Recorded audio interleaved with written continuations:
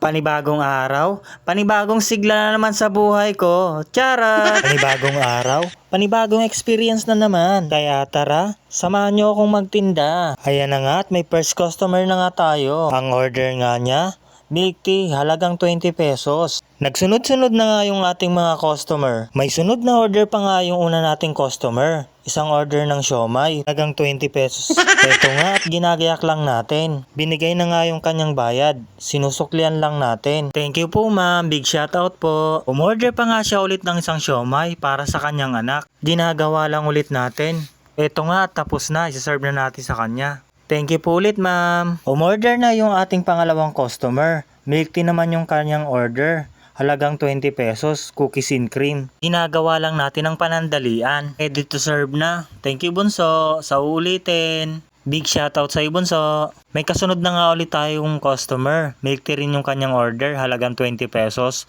Chocolate naman yung kanyang order. Ginagawa lang ulit natin. May sumingit pa nga isang customer.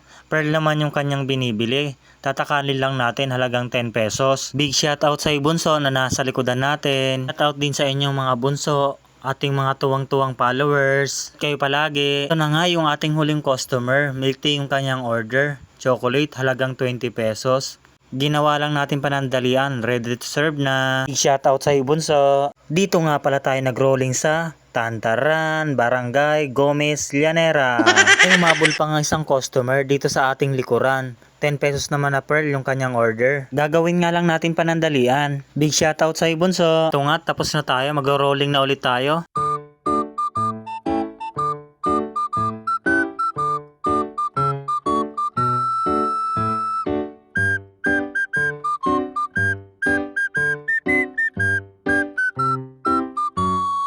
Eto nga't may customer ulit tayo. Milk tea yung kanyang order, halagang 30 pesos. Nahihiyain pa nga yung ating customer. Pero parang ako lang.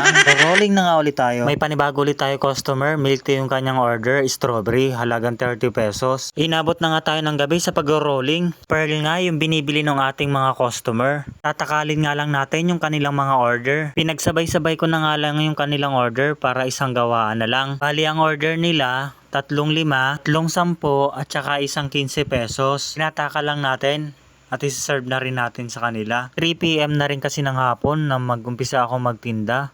Marami pa kasi akong ginawa sa bahay. Halos 30 minutes din kasi ang biyahe para makarating ka dito sa Barangay Gomez. Big shoutout sa inyo mga bunso. Tapos na nga tayo sa ating mga customer. Ito nga at pauwi na tayo.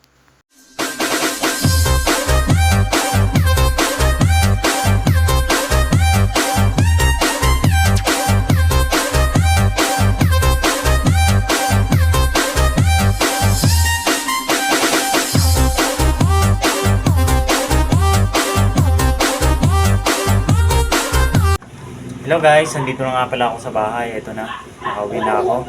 Ang oras ay, kauwi ko lang, 7:09. So, ayan yung mga anak ko yung tatlo. Ayan. Ayan pa isa, Yun o. Ayun. Kauwi ko nga lang pala. Gabi na, alas 7 na. So, ito nga pala yung naging benta ko ngayong araw. Ay, ngayong hapon.